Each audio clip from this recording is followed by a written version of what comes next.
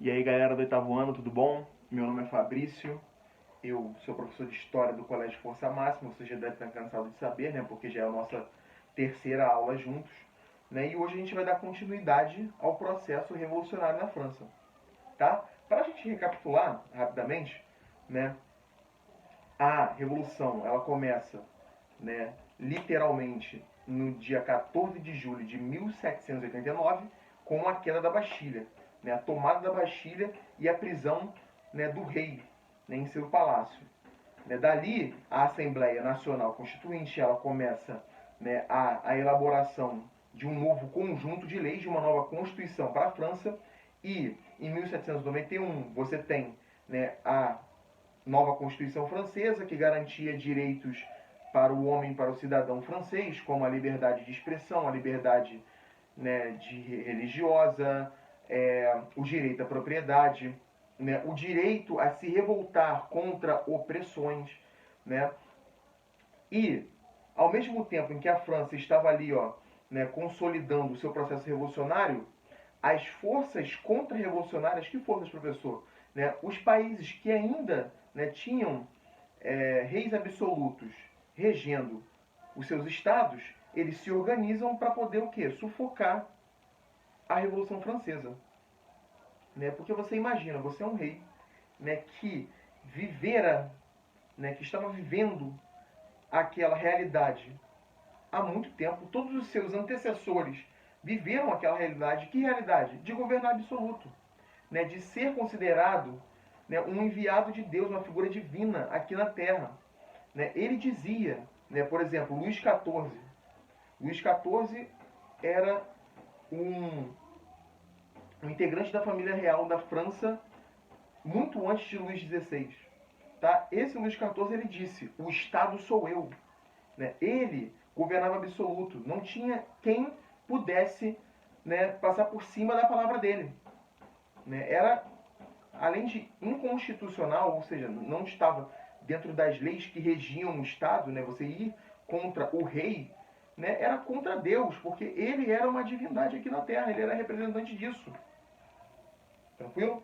Aí são outros reinos, né, as forças contra-revolucionárias, né, a galera que estava fora da França, ainda era dotada, como eu disse, dessa configuração de Estado e poder.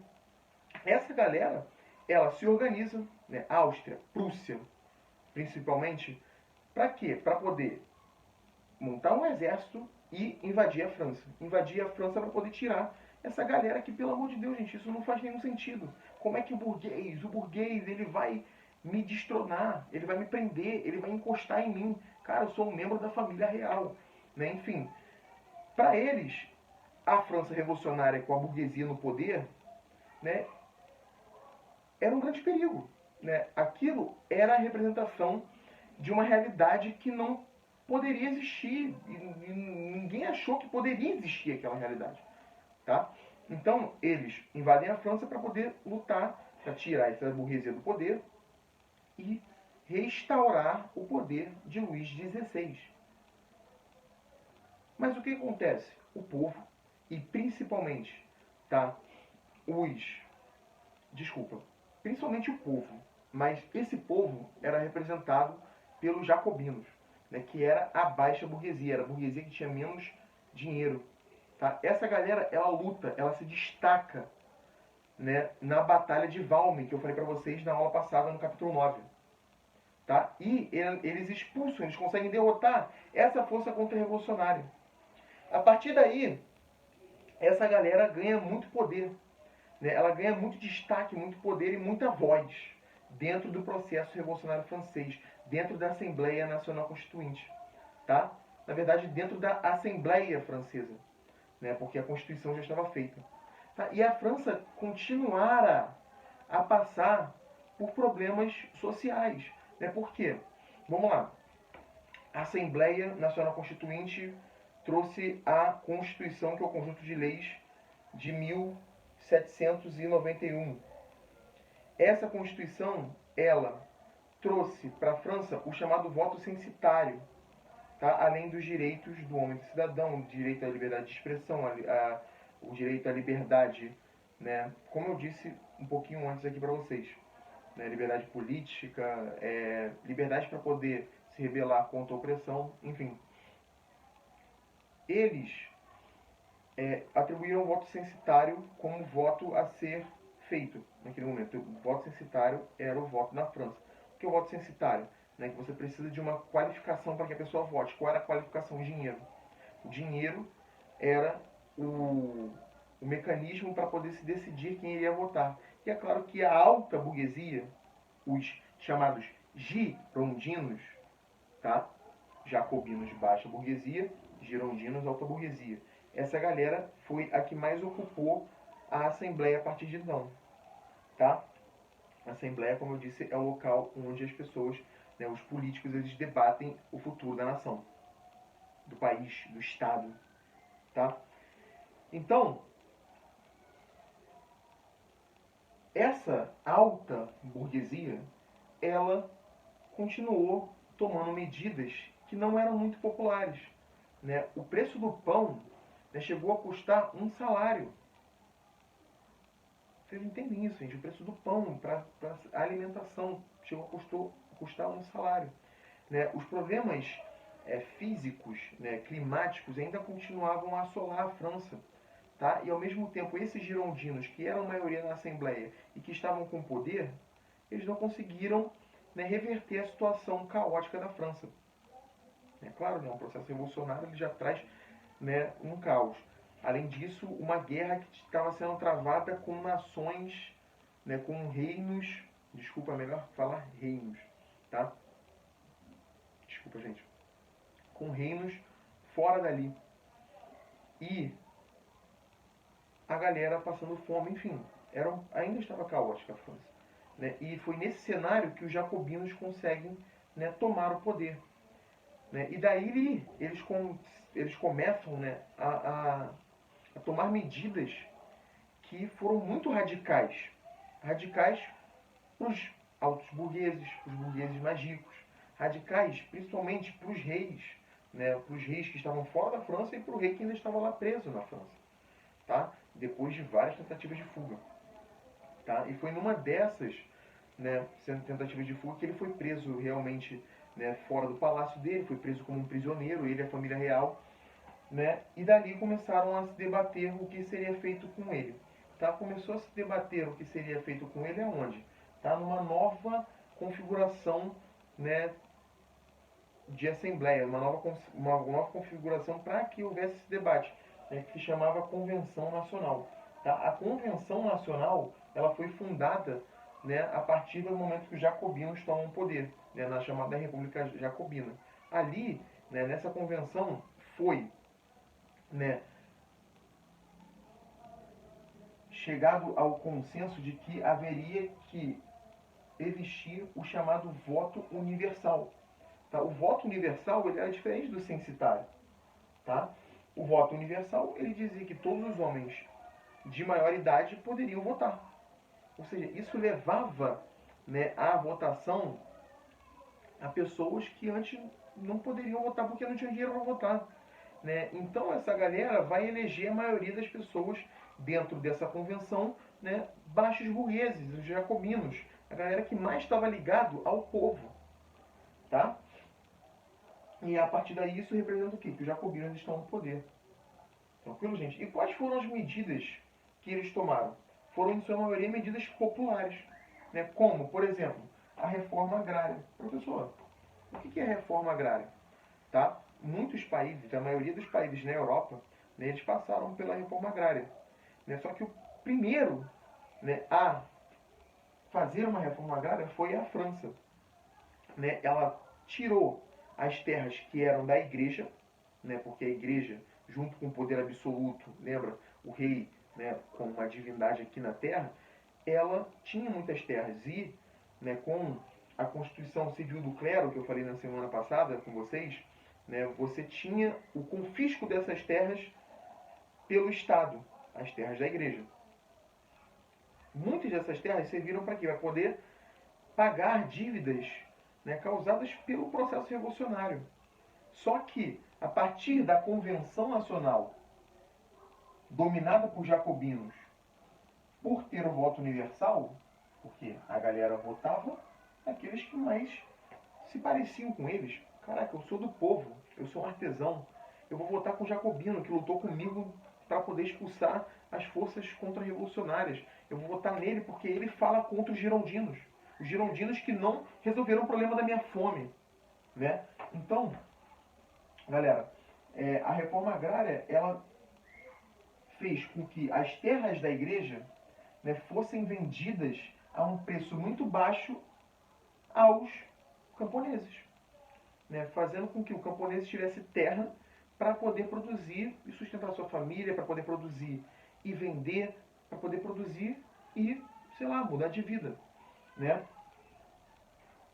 Não só terras da igreja, tá, gente? Terras de nobres, enfim, nobres que eram presos, nobres que eram assassinados, tá? Galera, a lei do máximo.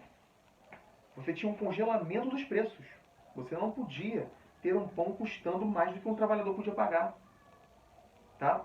Os salários também eram congelados, ou seja, você não poderia diminuir o salário do seu empregado, tá, naquele momento. Como eu disse, o sufrágio universal. Olha isso, a abolição da escravidão nas colônias francesas. Tá? Você tinha Haiti, Guiana Francesa. Nesses locais aboliram-se a escravidão. Né? Por quê? Porque aqueles burgueses já entendiam que a escravidão ela não gerava um mercado consumidor, não gerava pessoas com potencial de consumo, né? Porque o escravo não tinha salário. Tranquilo, gente? Vamos dar uma olhada aqui, ó. Cuidado!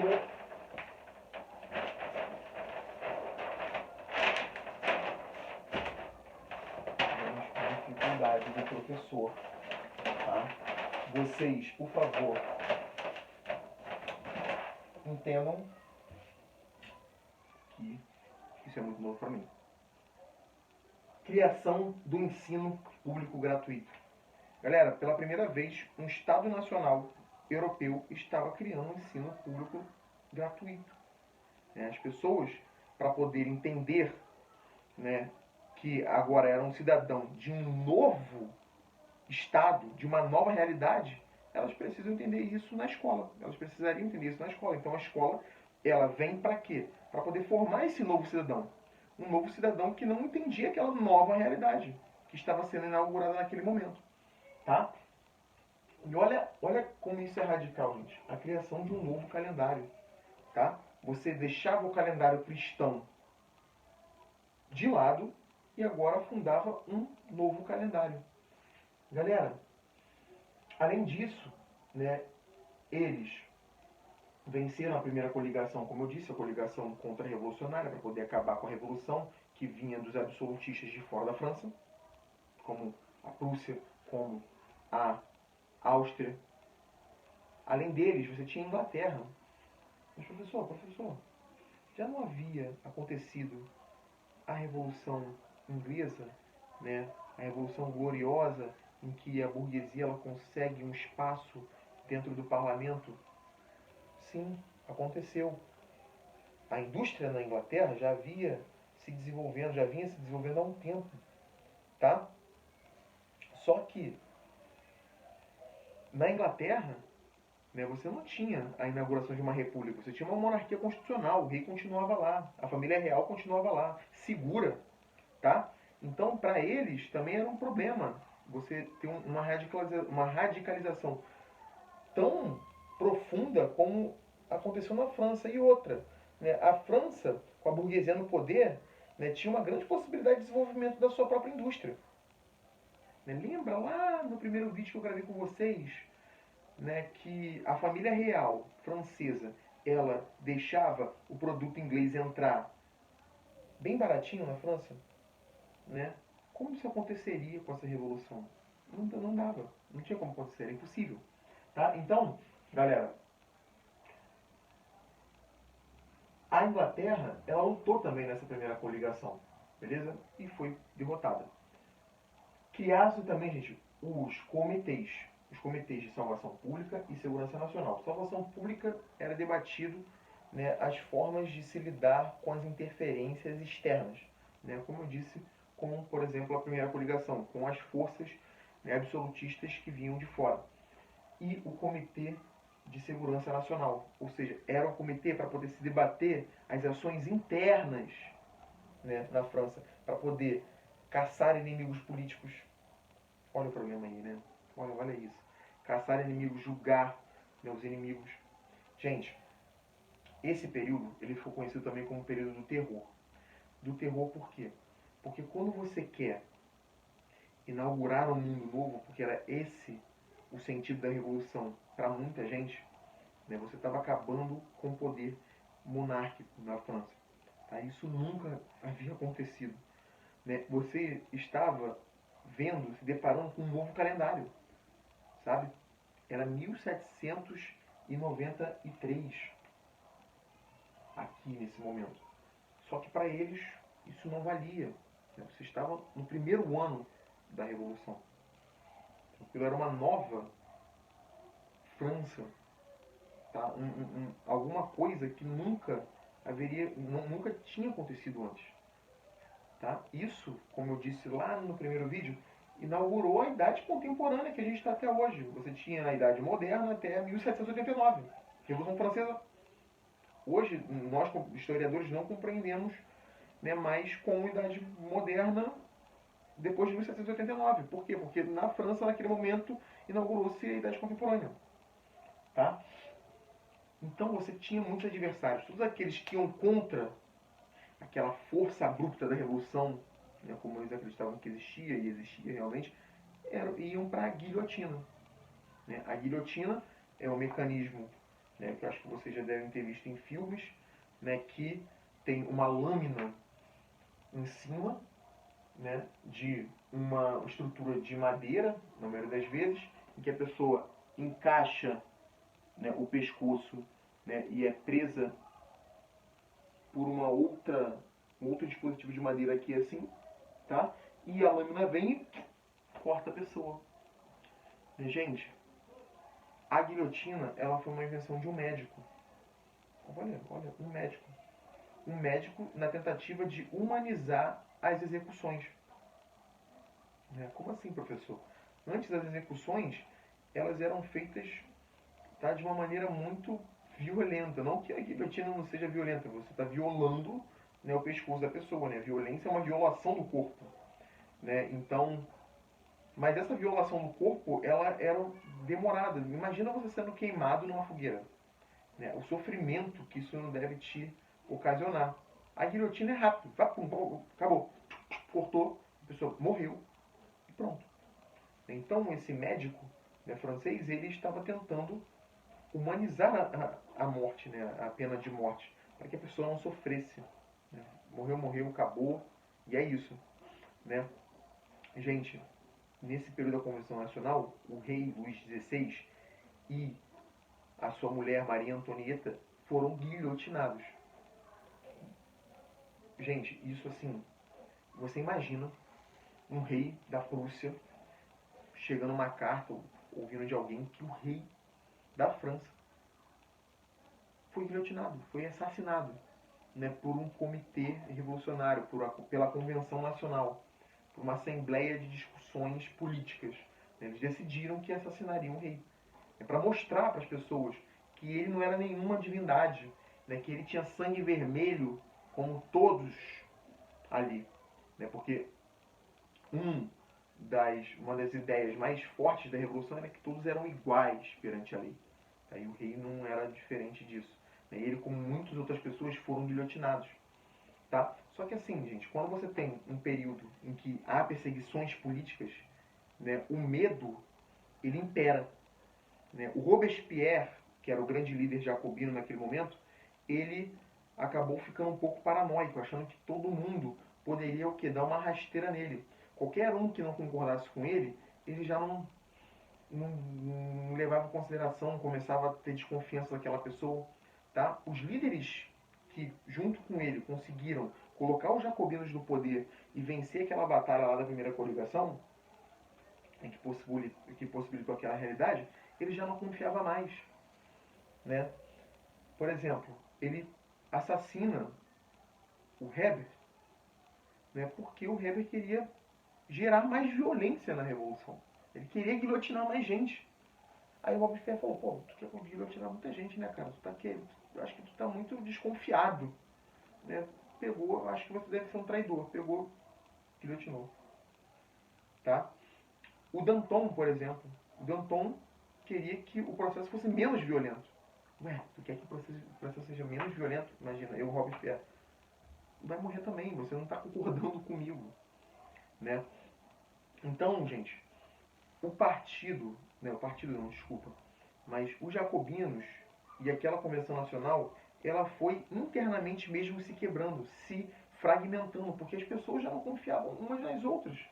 Era muita gente, era tipo assim, por exemplo, eu sou um jacobino, meu amigo de muito tempo era desguilhotinado. Por quê? Porque ele foi acusado de conspirar contra a Revolução. Mas com que provas? Não tem provas. O Robespierre falou e está falado, né? Então foi um período de grande enfraquecimento. Ao mesmo tempo que eles se fortaleceram, rapidamente eles se enfraqueceram. Porque esse comitê de segurança nacional, né, ele fez com que o próprio partido, os jacobinos, desculpa, partido na cabeça, os jacobinos eles se fragmentassem, eles se dividissem, eles não concordassem. Então houve um enfraquecimento e os girondinos, junto com uma galera, né, chamada de Pântano, que era o centrão, né, que era aquela galera que lá na Convenção Nacional, né, você tinha os girondinos, alta burguesia, à direita da convenção, os jacobinos à esquerda da convenção e uma galera no meio, né? Esses eram os chamados burgueses do pântano, né? Eles eram o centro, aqueles que às vezes votavam junto com os girondinos e às vezes votavam junto com os jacobinos, né? Daí que vem as expressões esquerda e direita, né, na política mundial, né? Naquele momento os jacobinos, né, estavam à esquerda porque adotavam medidas populares, como ensino público gratuito, como a lei do máximo, a garantia que as pessoas não passassem fome naquele momento, enfim, né? Os girondinos, mais à direita, a alta burguesia, a galera, né, mais abastada, e o centrão que votava ou com um ou com o outro, né, que era chamado de pântano, tá? Então, gente, essa galera, o pântano, o centrão, ela, junto com a burguesia mais abaixada, a burguesia mais rica, os girondinos, eles organizaram um golpe, né, que ficou conhecido como golpe 9 do Termidor. Né? O Termidor é uma característica desse novo calendário. Tá? Se eu não me engano, foi no dia 27 de julho de 1795, né, que houve esse golpe. Tá? Só que no calendário era 9 do Termidor. Tá? Então, ó, eu coloquei aqui, ó, perseguições e violência deslegitimaram a Convenção Nacional ocasionando um golpe 9 de Termidor. Tá? E a partir daí, tá? A partir de 1795, você tem a elaboração de uma nova Constituição. Tá? Só para poder a gente recapitular. Tivemos a Constituição em 1791, né? Começou a monarquia constitucional, depois a gente teve uma Constituição em 1793, que eu acredito não ter falado aqui com vocês, esqueci, mas agora estou falando.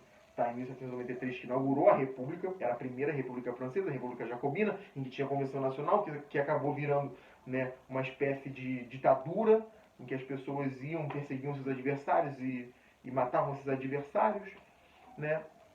E dali houve um enfraquecimento interno, porque um estava desconfiado do outro e tomaram um golpe. Da alta burguesia e do centrão, e do pântano. A partir dali, eles sentaram e escreveram uma nova Constituição. Caraca, 3 constituições. Tá? 3 constituições em 5 anos, basicamente. Tá? 3 conjuntos de leis em 5 anos. Galera, a partir daí, o que começa? Né? A gente começa um recorte temporal que a gente chama de diretório. Tá? O que era o diretório? Tá? O diretório era um sistema político, né, em que cinco pessoas da alta burguesia elas governavam a França. Tá? Só um instantinho, mais uma vez com muita dificuldade, o seu professor vai mudar aqui a folha. Tá? Vamos lá. O período diretório ele foi muito conturbado. Né? Você vinha de um período tão conturbado quanto, desculpa, né? E ali você criou um sistema bicameral, que haviam duas câmaras de debate, e o diretório, né? Que eram 5 altos burgueses, né? Que votavam, que eles aboliram, por exemplo, o voto universal, enfim, aboliram a lei do máximo, né? Acabaram por elitizar de novo a revolução. Só que os problemas na França continuavam muito caóticos, né? Voltou, por exemplo, o preço do pão a subir, né? Além disso, esse diretório, essas 5 pessoas, elas não davam conta de governar a França. E ao mesmo tempo, né, haviam ameaças externas, né? As coligações contra-revolucionárias, né, os reacionários, porque reagiam à Revolução Francesa, né, eles organizavam ataques e eles infligiam ataques à França. A França estava lutando interna e externamente, né, como eu acabei de dizer, né, e um rapazinho ele estava, né, se destacando, né, no fronte de batalha. Um rapazinho chamado Napoleão Bonaparte. Tá? Então, a alta burguesia, né, vendo aquela situação, né, e vendo vendo a situação caótica, né, do jeito que estava, ela começa a pensar, meu Deus, nós temos 5 ali governando a França, né, no diretório, a galera não chega nunca muito assim ao consenso, ao mesmo tempo a gente tem 2 câmaras, a corrupção está comendo solta, né, a população está insatisfeita, né, a França está sendo atacada o tempo todo por forças contra-revolucionárias. O que a gente pode fazer? Ao mesmo tempo que a burguesia estava pensando isso, a alta burguesia, aconteceu a chamada conspiração dos iguais. Tá? Era uma galera muito pobre que, não mais aguentando aquela situação, se organizou para poder tentar tomar o poder. Tá? Eles foram reprimidos violentamente e a partir daí abriu uma possibilidade de mudar o diretório. Tá? Então, em 1799, tá? A conspiração dos iguais, ela foi derrotada, né? E a partir daí, né, houve a possibilidade de uma argumentação. Que argumentação? Olha, gente, está muito instável isso aqui, a gente precisa de um poder firme na mão de uma pessoa, tá? Para que a França possa sair desse buraco. O que vai acontecer? Eles colocam Bonaparte, né, como uma espécie de rei, de um ditador, e a partir dali acaba o diretório e começa o período napoleônico. Napoleão Bonaparte ascende ao poder assim, com o chamado golpe 18 Brumário, né, que é uma outra, né, forma de representar o tempo com aquele novo calendário. Tranquilo, gente? Então, foi isso. O diretório ele foi um período, né, que 5 pessoas governavam a França, tinham 2 câmaras, tá? E foi um período de muita instabilidade, e só foi superado a partir do período napoleônico, em que a alta burguesia, vendo o general se destacar, né, no exército, né, contra as forças contra-revolucionárias e também contra os problemas internos, como a conspiração dos iguais, tá? Ela coloca o cara no poder. Galera, vocês vão ter, como eu sempre digo, essa aula em algum momento aí nas próximas semanas. Eu espero que vocês tenham entendido e compreendido tudo que eu falei. E até a próxima. Valeu, um beijo, um abraço, tchau.